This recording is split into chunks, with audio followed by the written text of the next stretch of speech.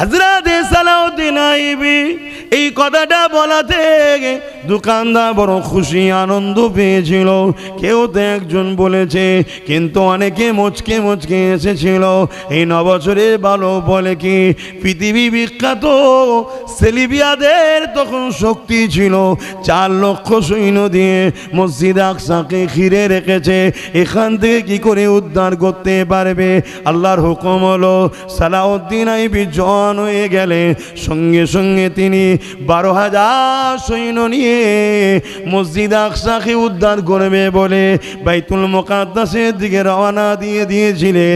এই সময় যখন রওনা দেয় মসজিদে আকসা যাবার একটুখানি দূরে একটা তাঁবু তৈরি করে, ওইখানে তিনি আশ্রয় নেয়। একটা গুপ্তচরকে পাঠিয়ে দেয়, যান গিয়ে দেখেন মসজিদে আকসার পরিস্থিতিটা কি রয়েছে। ওই গুপ্তচর এসে সালাউদ্দিন আইবিকে জানিয়ে দিলেন, হুজুর বড় ভয়ানক ব্যাপার, 4 লক্ষ অস্ত্র নিয়ে মানুষ সৈন্য দাঁড়িয়ে রয়েছে, আমরা মাত্র 12,000। সালাউদ্দিন আইবি তাহাজ্জুদের নামাজের রক ছিল তখন, তাহাজ্জুদের নামাজে দাঁড়িয়ে গেলে নামাজ পড়ে নিয়ে দরুদ পড়তে লাগলে। এ যুবকেরা, নেতা তো তাদেরকে বানাও যে তাহাজ্জুদ পড়বে, যে 5 ওয়াক্ত নামাজ পড়বে, যে দরুদ পড়বে, তাকে তো লিডার বানাও, তবেই তো তুমি কামিয়াবি হবে। তোমার আমার লিডারটাকে, যাকে নবী দিবসে পাওয়া যায় না, যাকে জুম্মাতে 5 ওয়াক্ত পাওয়া যায় না, কিন্তু গায়রুল্লাহর ফেতে কাদাতে তোমার আমার নেতাকে পাওয়া যায়। এই বেঈমান মুশরিক মুনাফিক নেতা নিয়ে কখনো তোমার আমার বিজয় আসতে পারে না, কখনো তোমার আমার ছেলেদের চাকরি হতে পারে না, কখনো তোমার আমার ছেলেরা শিক্ষিত হতে পারে না, কখনো তোমার আমার ধর্মের উপরে আঘাত দেওয়া বন্ধ হতে পারে না। এই মনে রাখো, শুধরে যাও, আল্লাহ পাক কিন্তু ছাড় দিয়েছে, ছেড়ে কিন্তু দেয়নি। এ নওজওয়ানেরা, হযরত সালাউদ্দিন আইবি ফজরের সময় এসে যায়, নামাজ পড়ে নিয়ে হুজুর আমার একটা উঁচু জায়গায় দাঁড়িয়ে গেলেন। 12,000 সৈন্য দাঁড়িয়ে গেল সারিবদ্ধ হয়ে। চিফ কমান্ডার হিসাবে, সিপাহসালার হিসাবে সালাউদ্দিন আইবি খুতবা বক্তব্য দিতে লেগেছে। আমার সৈন্যরা, ভাইরা, গোপন সূত্রে জানতে পারলাম 4 লক্ষ সেলিবিয়া সৈন্য মসজিদ আকসাকে ঘিরে রেখেছে, আর আমরা মাত্র 12,000। বিরাট খুনি লড়াই হবে। আমি সালাউদ্দিন তোমাদেরকে জোর করব না বাবা, স্বাধীন দিয়ে দিলাম বাবা। যার ইচ্ছা যাবে সালাউদ্দিনের পিছনে আসবে, আর যার ইচ্ছা যাবে ঘরে ফিরে যেতে পারে। তবে সালাউদ্দিন আল্লাহর ঘর পরাজিত থাকবে, আর আমি আরামে জিন্দেগি কাটাবো, এটা হতে পারে না। এই কথা যখনই সালাউদ্দিন আইবি বলেছেন, 12,000 সৈন্য হুঙ্কার দিয়ে বলেছে, হযরত সালাউদ্দিন আইবি 4 লক্ষ কেন 40 লক্ষ থাকলেও পিছপা হব না। আল্লাহর ঘরকে ইনশাআল্লাহ আজাদ মুক্ত করব।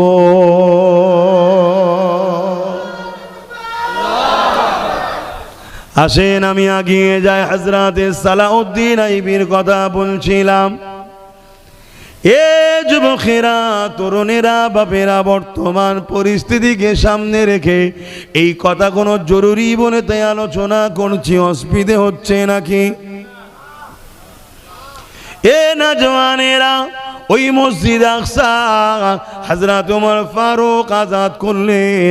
আবার কিছু বছর যেতে না যেতে ওটা আবার পরাধীন হয়ে গেল। সেলিবিয়ারা দখল করে নিল। 4 লক্ষ সৈন্য দিয়ে মসজিদ আকসাকে ঘিরে রেখে দিয়েছে। এদিকে 9 বছর বয়স, নাম তার সালাউদ্দিন। তিনি বাজারে গেছে, মিশরে বাজারে গিয়ে একটা মসজিদের মেহরাব কেনার জন্য দাম দর করতে গেছে। মসজিদের মেহরাব পর্যন্ত যার উপর দাঁড়িয়ে খুতবা দেয়, চাচার সাথে গেছে, 9 বছর বয়স। আর নজর পড়েছে একটা খুব সুন্দর কারুকার্য। আগে সব কাঠের মেহরাব হতো, এখন মানুষ পয়সা ঘরে খরচ করে, মসজিদে তো বেশি খরচ করে না, তাই মার্বেলের করে দিয়েছে। তো ওটা দেখে সালাউদ্দিন আইবি হুজুরের বড় পছন্দ হয়েছে। দোকানদারকে বলছে ওইটা কত দাম আছে? তখন দোকানদার বলছে ওটা বিক্রি নয়, ওটা আমি নিজে হাতে খুব যত্ন করে বানিয়েছি গিফটের জন্যে। 9 বছর বয়স সালাউদ্দিন আইবি, আর আমাদের 9 বছরের গুলো কি করছে? আমাদের 9 তো দূরের কথা, আমাদের 25-30 গেম খেলছে, গেম। আর একটু হয়ে যাওয়ার পর রাস্তার ধারে বিভিন্ন গাছে হালান দিয়ে হ্যালো হ্যালো এই করছে। হ্যাঁ, কি অবস্থা! একবারও খেয়াল নেই পুরো পৃথিবী জুড়ে আমাদের বোনেদের লুটা হচ্ছে, পুরো পৃথিবী জুড়ে আমার মা বোনেদেরকে বেউজ্জুতি করা হচ্ছে। আমাদের হুঁশ আছে? হুঁশ নাই। সালাউদ্দিন আইবি হুজুর জিজ্ঞেস করছে, গিফটের যখন ওটা আমাদেরকে দেন না, আমরা আমাদের মসজিদে লাগাবো? দোকানদার বলছে, না, এটা তাকে দেবো যে মসজিদে আকসা এটা লাগাবে। পুরো পৃথিবী জানে মসজিদে আকসা সেলিবিয়াদের হাতে দখল রয়েছে।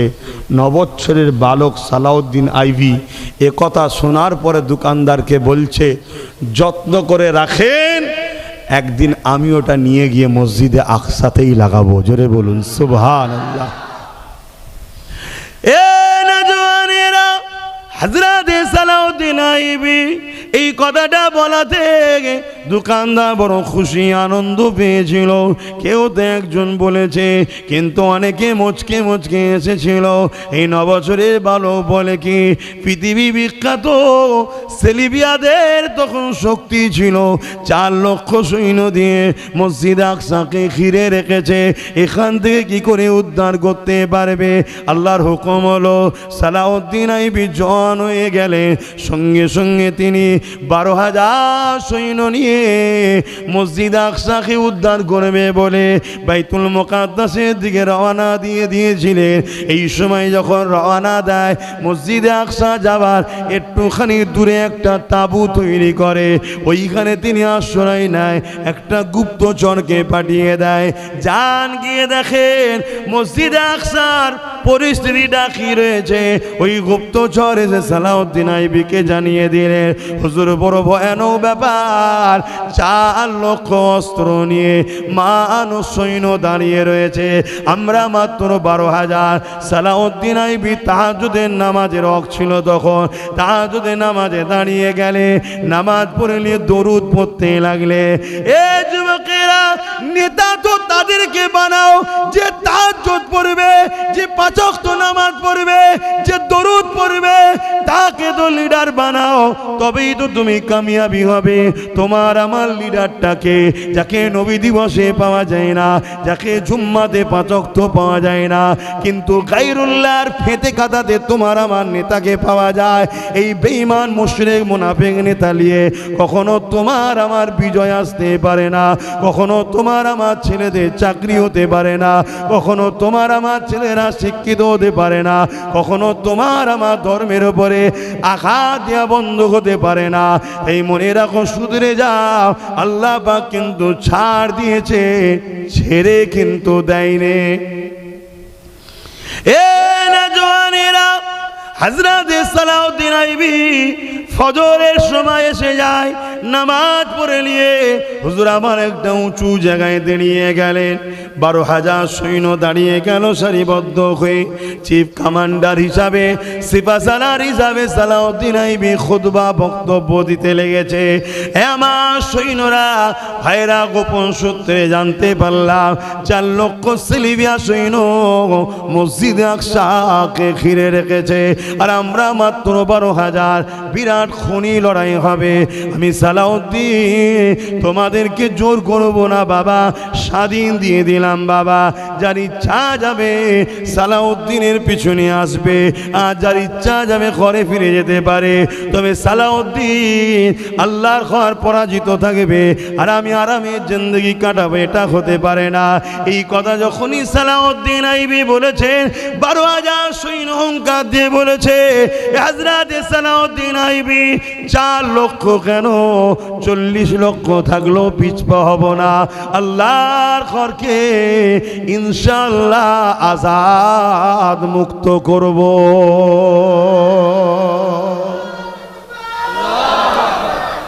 আর আজকে আমাদের কথা কি? আমরা কি করব? আমাদের এই নেই, আমাদের ওই নেই, আমরা গুটি কত, আমাদের কি হবে, আমরা কি পারবো? তো প্রথমেই কুফুরি করে বসে আছে। মায়ুস হওয়া ইসলামে কুফুরি, জানেন? মায়ুস হওয়া কি ইসলামে কুফুরি। আর কুফুরি যে করে সে যদি তওবা না করে মারা যায় সে জান্নাত যাবে না। আমরা তো প্রথমেই কি হবে কি হবে কি হবে, কি চেষ্টা আমাদের কাজ, বিজয় আল্লাহর পক্ষ থেকে হয়। চেষ্টা আমাদের কাজ, সব কিছুর ফাইসাল্লা আল্লাহর পক্ষ থেকে হয়।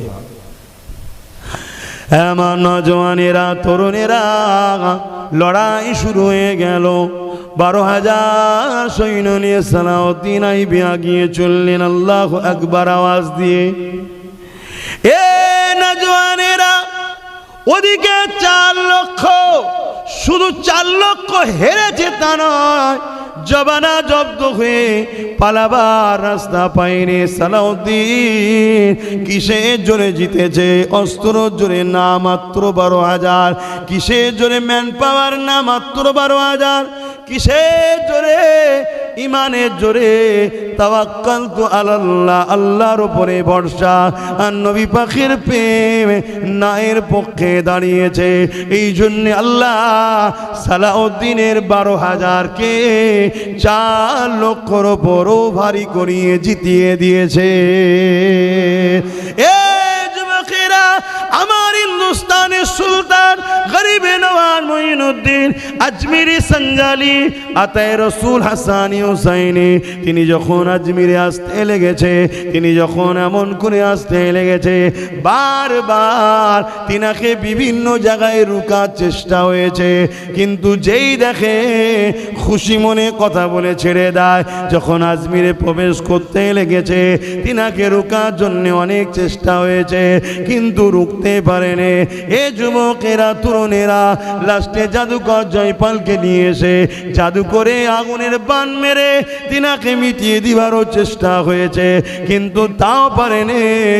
আমার গরিবে নওয়াজ একা একা 39 জন তো রাস্তাতে পেয়েছে, একা একা এই ভারতের জমিনে অন্যায় অত্যাচার জুলুমকে মিটিয়ে দিয়ে মানুষকে মানুষের মতো বাঁচার জন্য নাই সত্য ইনসাফের বাণী, তাওহীদের বাণী, রিসালাতের বাণী, শান্তির বাণী এই ভারতের জমিনে প্রচার করে দিয়েছে।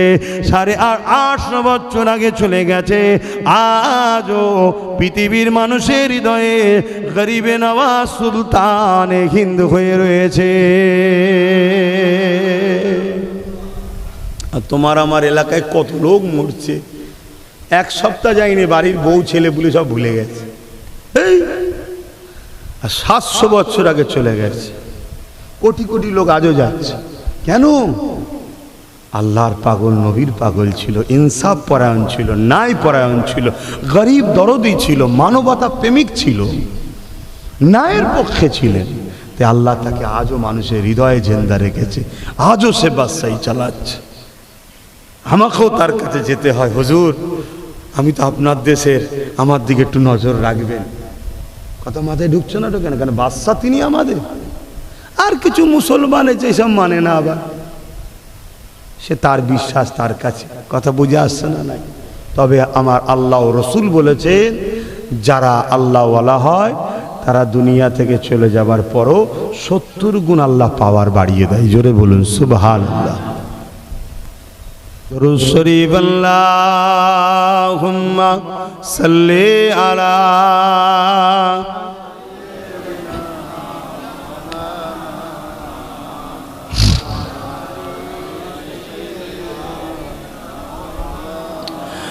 रातें भी मदीने की, बातें भी मदीने की, रातें भी मदीने की, बातें भी मदीने की,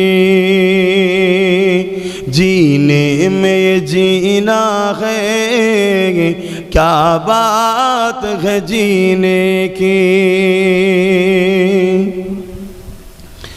अरसा हुआ तैबा की जिस गलियों से गुजरे,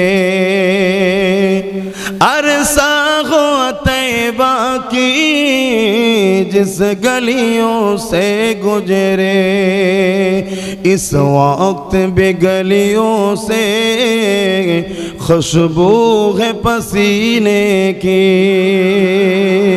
आरो जोरे बोलून ना सुबहानाल्लाह। आहा, कबे आमार नबी पाक साल्लाल्लाहु मक्का मदिना ताइবার বিভিন্ন গলিতে সব হেঁটেছেন, ঘুরেছেন। আজও সেই গলিতে সেই জায়গায় গেলে আমার হুজুরের পাসিনার খুশবু পাওয়া যায়। জোরে বলুন সুবহানাল্লাহ। মানেন তো নাকি? একটু বলবেন তো হ্যাঁ কি না, জবানে সাক্ষী দিতে হয় তো নাকি? আহা, কি নিয়ামত করেছে আল্লাহ। কে করেছে? কে করেছে?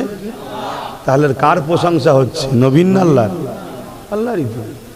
যত নবী নবী করবে মূলত প্রশংসা আল্লাহর হবে, কারণ তৈরি তো করেছে আল্লাহ। ঠিক তো? আমার নবীকে আল্লাহ খুশবু বানিয়েছে। জোরে বলুন সুবহানাল্লাহ। আম্মা জান হযরত আমেনা হুজুর বলেন, যেদিন হযরত আব্দুল্লাহ হুজুরের সঙ্গে আমার প্রথম রাত, বাসর রাত, সংসার জীবনের প্রথম জীবন এক জায়গায় যখন হয়েছে আমরা, তা আব্দুল্লাহর পেসিনা কপাল দেখলাম চমকাচ্ছে নূরে মোহাম্মদ রসুল। জোরে বলুন সুবহানাল্লাহ। তা আমি এক জায়গায় যাবার পরে আব্দুল্লাহর কপাল থেকে নূর চলে গেল, অর্থাৎ আম্মার রেহেমে চলে গেছে। জোরে বলুন সুবহানাল্লাহ। আমি আমেনার চেহারা থেকে একটা আলাদা জ্যোতি নূর বেরোচ্ছে। শুধু এটা নয়, খুশবু বেরোতে শুরু হয়েছে। জোরে বলুন সুবহানাল্লাহ। এই খুশবু এত বাড়ছে, এত বাড়ছে, যত দিন যাচ্ছে খুশবু বাড়ছে। হযরত আব্দুল্লাহ হুজুর ব্যবসায় গিয়েছিলেন, ফিরে আসার পথে ইন্তেকাল হয়েছেন, সবাই আপনারা জানেন। ইন্না লিল্লাহি ওয়া ইন্না ইলাইহি রাজিউন। এদিকে আমার রাসূল পাক সাল্লাল্লাহু আলাইহি ওয়াসাল্লাম আস্তে আস্তে আম্মার রেহেমি বড় হচ্ছেন, দুনিয়ায় আসবেন, কিন্তু শরীর থেকে এত খুশবু ছড়াচ্ছে, পুরো মক্কাতে চর্চা শুরু হয়ে গেছে। এমনি যাদের স্বামী নাই আতর মাখতে, খুশবু মাখতে নেই, তা আমেনা কোথা থেকে খুশবু মাখে? আর মাখে তো মাখে এমন খুশবু মক্কার কোথায় পাওয়া যায় বলে জানা যাচ্ছে না। এ খুশবু কেউ জানে না। তা রাসূলের দাদা এটাকে খেয়াল করলেও অতটা গুরুত্ব দেয়নি, কিন্তু যখন জনগণের মুখে কথা হচ্ছে রাসূলের দাদা কিন্তু খেয়াল করেছে, করে রাসূলের দাদি জানকে বলছে, আমি তো বিভিন্ন দেশের বড় বড় ভিআইপি, সম্রাটের সঙ্গে সম্রাটের বসা হয়, আর ভিআইপিরা তো পয়সাওয়ালা, দামি দামি আতর মাখে। আরো এরকম খুশবু তো কোনোদিন কোনো জায়গায় পাওয়া যায় না, তা আমি না পাই কোথায়? রাসূলের দাদি বলছে, আমি আপনাকে বলবো বলবো মনে করি সময় হয় না। আরে আমিও যখন আমেনা গোসলখানা থেকে বেরোই আর আমি যখন ঢুকি, যেন মনে হয় আতরের ফ্যাক্টরি গোডাউনে ঢুকিছি। জোরে বলুন সুবহানাল্লাহ। আরো জোরে বলুন না সুবহানাল্লাহ। নারী দিবে, নারী দিবে, লব্বাইক লব্বাইক লব্বাইক, নারী দিবে। কি নিয়ামত করেছে আল্লাহ আমার নবীকে। সেই নবীর গোলামি করো, সেই নবীকে প্যার করো, সেই নবীর সুন্নায় জীবন গড়ো, সেই নবীকে মডেল বানাও, তবেই তো বিজয়, তবেই তো শান্তি। তা হযরত রাসূল পাক সাল্লাল্লাহু আলাইহি ওয়াসাল্লামের দাদা দাদি বললেন ডাকো, দাদিও বললেন আমেনাকে ডাকো। হযরত আম্মা জান আমেনাকে ডাকা হলো। আম্মা জান আমেনা এসে হাজির হয়ে গেলেন। রাসূলুল্লাহ দাদি জান জিজ্ঞাসা করছে, মা রে, একটা কথা বড় জানতে ইচ্ছা যায়, সব জায়গায় আলোচনা হচ্ছে, আমরাও বড় জানার জন্য আগ্রহ হয়েছে। মা, এত তুমি কোথা থেকে পাও মা? এমনি তো স্বামী যাদের না আতর মাখতে নাই, মারে আবার তুমি যে আতর মাখো, এ আতর মক্কার কোথা দিয়ে পাওয়া যায় না। তোমার শ্বশুর বলছে অন্য কোনো জায়গাতে, যেসব জায়গায় যাই পাওয়া যায় না। এ বাবা আমেনা রে, এ আতর তুমি কোথা থেকে পাও? ওই সময় রাসূলুল্লাহ আম্মা জান আমেনা বলতে লেগেছে, আম্মা আব্বা, এ আতর আমেনার নয়, আমেনা কোনো খুশবু ব্যবহার করে না। যেদিন থেকে মুহাম্মদ এসেছে আমার গর্ভ মোবারকে, সেই দিন থেকে এই খুশবু বেরোতে শুরু করেছে।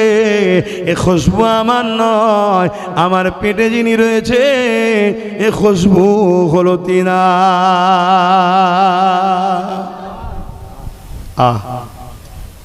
সেই নবী পাক সাল্লাল্লাহু আলাইহি ওয়াসাল্লামের খুশবু আজও মক্কা মদিনার গলিতে পাওয়া যায়। জোরে বলুন সুবহানাল্লাহ।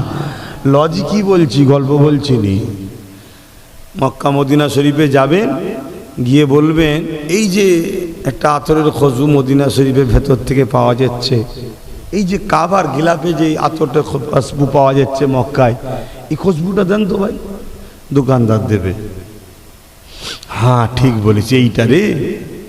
কিনে এনে যখন কলকাতা এয়ারপোর্টে নামবে শুঁকবেন, দেখবেন আলাদা।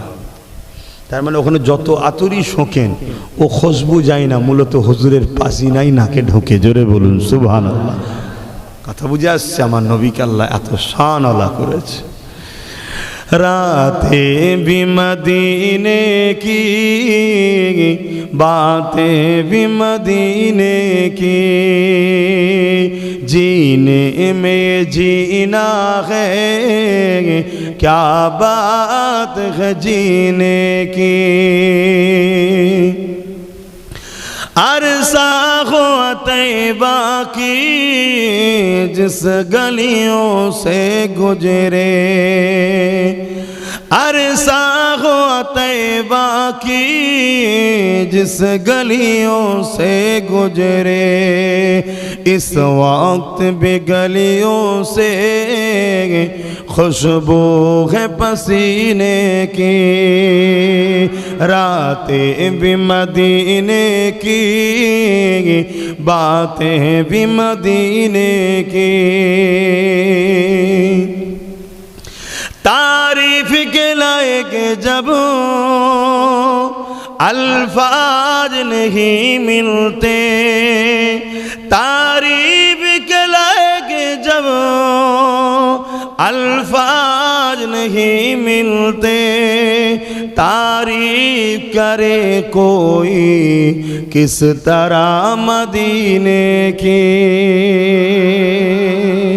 কোন ভাষাতে মদিনার তারিফ করবেন বলুন না। আরে নবী তো অনেক উঁচু ব্যাপার। কেউ যদি মদিনার শরীফের গাছও কাটে, মদিনার উপরে কেউ যদি হামলা করার ইরাদাও করেনি, বুখারীর হাদিস, আল্লাহ নবী বলছেন তাকে আল্লাহ জাহান্নামে ওইভাবে দিয়ে গলাবে যেভাবে সীসা আগুনে দিয়ে গলায়। খুব সাবধান, আমার নবীর জুতাকে মুবারক বলতে হয়। तारीफ के लायक जब अल्फाज नहीं मिलते, तारीफ करे कोई किस तरह मदीने के। रातें भी मदीने की बातें भी मदीने की, जीने में जीना है क्या बात है जीने की। वो अपने निगाहों से दीवाना बनाते हैं, वो अपने निगाहों से मस्ताना बनाते हैं, जहमत भी नहीं देते मैं खार को पीने की। तारीफ के लायक जब अल्फाज नहीं मिलते, रातें भी मदीने की बातें भी मदीने की, जीने में ये जीना है क्या बात है जीने की। अल्लाहुम्मा सल्ली अला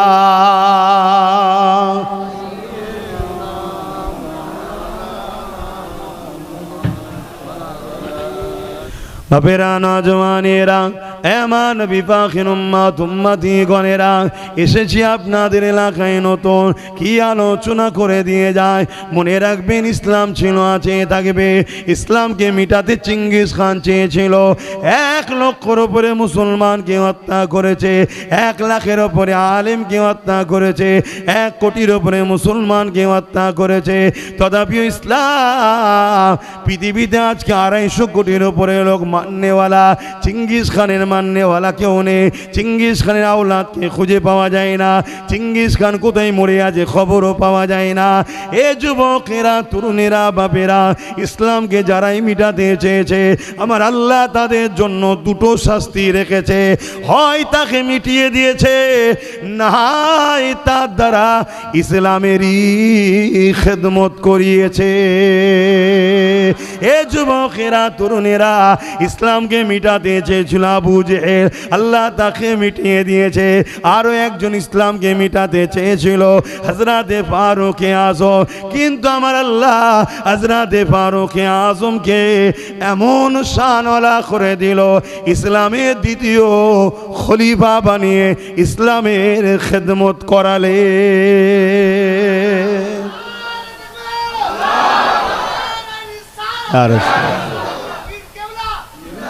তাহলে ইসলামের বিরোধীদের দুটো শাস্তি, হয় আল্লাহ মিটিয়ে দেবে আর নচেত তাকেই খাদেম বানাবে। বলুন আল্লাহু আকবার। তরুণেরা, আজ আমার ভারতবর্ষে বিভিন্ন রাজ্য থেকে বিভিন্ন সময় একদল ভণ্ড বাবাদের মুখে শোনা যায় ইসলামকে মুছে দিতে হবে, ইসলামকে মিটিয়ে দিতে হবে, কোরআনকে ব্যান করে দিতে হবে। আরে ভণ্ড, শুনে রেখে দে, একটা ফুসকুরি মিটাবার ক্ষমতা তোদের নাই। তোরা ইসলামকে মিটাবার কথা বলে, ইসলাম এমন একটা ধর্ম পৃথিবীর জমিনে আজকে দিনে সব থেকে বেশি যে ধর্মের দিকে মানুষ ছুটছে, ওই ধর্মটার নাম হলো ইসলাম। এ যুবকেরা, তরুণেরা, বাপেরা, ইউরোপ দুনিয়া দিকে তাকিয়ে দেখে, পশ্চিমা দুনিয়া দিকে তাকিয়ে দেখে, যারা সর্বপ্রথম ইসলামের পিছনে লেগেছিল, আজ তাদের ঘরের যুবক যুবতীরা ইমানের নূরের কলেমা পড়ে দলে দলে আল্লাহ ও নবীর দিবানা হয়ে যেতে লেগেছে।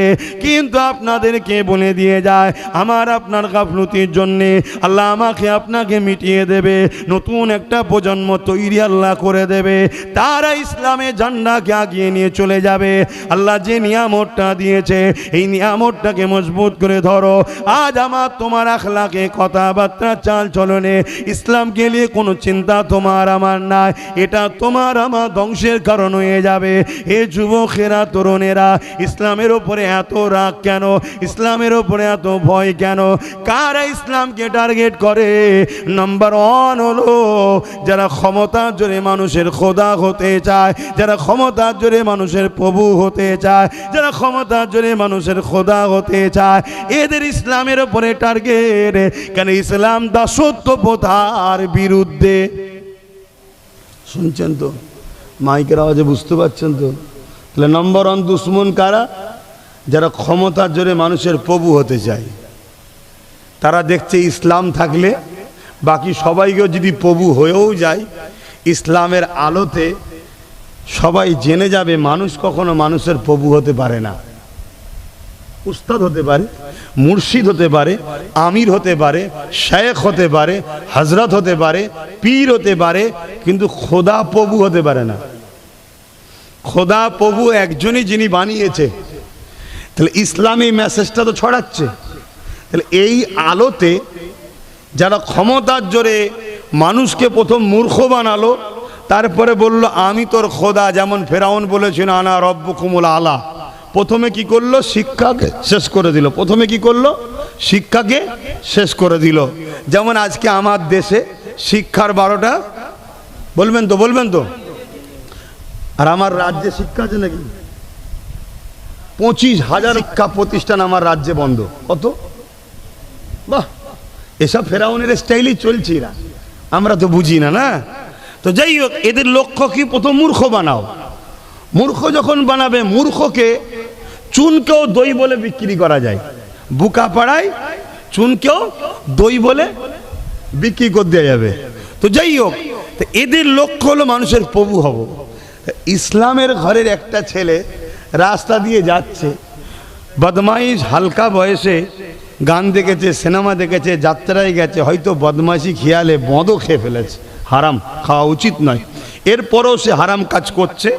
কিন্তু তাকে যদি বলা হয়, কেউ যে বলে আমি তোর খোদা, তুই আমাকে সেজদা কর, তোকে আমি যতদিন বাঁচবি মদ ফিরি, ওই মদখোর কি মানবে? জোরে বলবেন তো। ওই অবস্থায় উল্টে পড়ে যাচ্ছে তো কি হয়েছে? হাতে যদি নাও মারতে পারে, মুখে এমন কাঁচা কাঁচা কবিতা দেবে না, ওর খোদা হওয়া শখ মিটিয়ে দেবে। তার মানে কি, মুসলিম সমাজের ছেলেরা যত খারাপই হোক, এইটুকু জ্ঞান বিবেক বুদ্ধি আছে, রব আমাদের একজন। তিনি কে? একটু শাহাদত আগলটা তুলে বলবেন কে? আরো উচ্চ আওয়াজে বলুন কে? আল্লাহ। তাহলে এই জায়গায় প্রথম চান্সে যদি ইসলাম থাকে, তাহলে আমি যে অন্ধকার সমাজ তৈরি করছি, যে আজকে আমি বলবো আনা রব্বুকুমুল আলা, যেমন ফেরাউন বলেছিল, নমরুদ বলেছিল, তাহলে আজকের ফেরাউন কোন খোদা হতে গিয়ে বাধা হচ্ছে তো। তাই ইসলামকে রেখো না, ইসলামের নামে টিভিতে মিথ্যা প্রচার করো, ইসলামকে সন্ত্রাসবাদ বলো, ইসলামকে জঙ্গিবাদ বলো। ইসলাম সম্বন্ধে জানে না, এদের অন্ধ ভক্ত ইসলামের বিরোধী করে। এই তিন বিরোধীটা কোনো ভয়ের ব্যাপার নয়, কিন্তু ইসলাম বিরোধী একটা ভয়ঙ্কর লোক রয়েছে, সেটা হলো মুনাফিক মুসলমান। এটা হলো ভয়ঙ্কর, যেটা আমাদের সাথে ঈদগাতেও থাকে, জুম্মাতেও থাকে, ডেলি না থাকলেও আমাদের সাথে সেমুই খায়, আমাদের সঙ্গে গোস্তও খায়, আমাদের সঙ্গে সালাম মুসাবাও করে, কিন্তু ভেতরে ভেতরে ভেতরে ভেতরে সে আমাদের ইমানটাকে চুরি করে। এটা হলো সবচেয়ে ভয়ঙ্কর।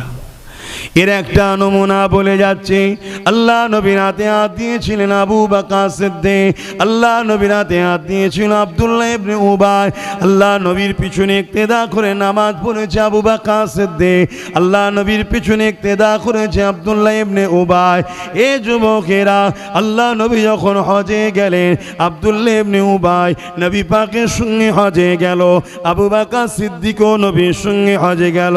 আল্লাহ নবী যখন রোজার মাসে রোজা রাখতেন, আব্দুল্লাহ ইবনে উবাইও রোজা রাখতেন, আবু বকরও রোজা রাখতেন। আল্লাহ নবীর সঙ্গে আব্দুল্লাহ ইবনে উবাই ইফতার করত, আবু বকর সিদ্দিক ইফতার করত। আল্লাহ নবী যখন জিহাদের ময়দানে যেতে, আবু বকর সিদ্দিকও যেত, আব্দুল্লাহ ইবনে উবাইও যেত। দিনের জন্য আবু বকর সিদ্দিক মাল দিত, আব্দুল্লাহ ইবনে উবাইও মাল দিত। এই যুবকেরা, তরুণেরা, আবু বকর সিদ্দিকের মাথায় পাগড়ি টুপি, মুখে দাড়ি পরনায় জুব্বা ছিল, আব্দুল্লাহ ইবনে উবাইয়েরও দাড়ি টুপি পাগড়ি পরনায় জুব্বা ছিল। কিন্তু মনে রাখবেন, আব্দুল্লাহ ইবনে উবাই কোরআন ঘোষিত জাহান্নামী হয়েছে, আর আবু বকর সিদ্দিক আমার নবী পাকের দেওয়া দুনিয়া থেকে জান্নাতে সার্টিফিকেট পেয়েছে। এ যুবকেরা, আব্বারা, মায়েরা, বোনেরা, বুঝার বিষয় রয়েছে। দুজনেরই মুখে দাড়ি, দুজনেরই পাগড়ি, দুজনেরই টুপি, দুজনাই রাসূলুল্লাহর হাতে হাত দিয়েছে, দুজনাই নবীর পিছনে ইক্তেদা করে, দুজনাই নবীর সঙ্গে হজ করেছে, দুজনাই নবীর মজলিসে বসে কোরআন শোনে, দুজনাই এমন করে জিহাদে গেছে, দুজনাই রোজা রাখে। একজন কোরআন ঘোষিত জাহান্নামী, নাম তার আব্দুল্লাহ ইবনে উবাই, আর একজন দুনিয়া থেকে জান্নাতের সার্টিফিকেট, নাম তার আবু বকর সিদ্দিক। এই কারণটাকে হযরত আবু বকর সিদ্দিক জানিয়ে দিলে, এ দুনিয়ার মানুষেরা, আব্দুল্লাহ ইবনে উবাইয়ের যা আছে আমি আবু বকরের তাই রয়েছে। ওর নামাজ, রোজা, দাড়ি, টুপি, জুব্বা, পাগড়ি যা আছে আমারও সব রয়েছে। এই দিক দিয়ে ওর যা আছে আমারও তাই আছে, কিন্তু আমার যা আছে ওর তা নাই। কি আপনার আছে ওর নাই? হযরত আবু বকর সিদ্দিক বলে, আমার হৃদয় অন্তরে আল্লাহ নবীর প্রেম, আদব, তাজিম আছে, যেটা ওই মুনাফিক আব্দুল্লাহ ইবনে উবাইয়ের নাই। আম্মা জান আয়েশা হুজুরের বিরুদ্ধে সব থেকে বেশি বাজারে মিথ্যা যে ছড়িয়েছিল, তার নাম হলো আব্দুল্লাহ ইবনে উবাই। এইরকম মুনাফিক আমাদের সমাজে আজও আছে না নাই? কি গো, অসুবিধা হচ্ছে সারা দিতে? আছে না নাই? এরাই আমাদেরকে শেষ করছে। এরা টেবিলের তলা দিয়ে সব লেয়, আর বাইরে এসে বলে সব ঠিক আছে, সব ঠিক আছে, আর আমাদের হুঁশি নাই। পুরো ঘিরছে আমাদেরকে, আমাদের হুঁশি নাই। তুমি আমি মরে যাব বড় কথা নয়, আমার দিনটার মসজিদ মাদ্রাসাগুলো মিটিয়ে দিবার প্ল্যান চলছে না, চলে না। এই জায়গায় এলো কি করে? এই জায়গাটা এলো কি করে? আমাদের বড় বড় সব ইন্টারন্যাশনাল সব ফিগার কি করছিল?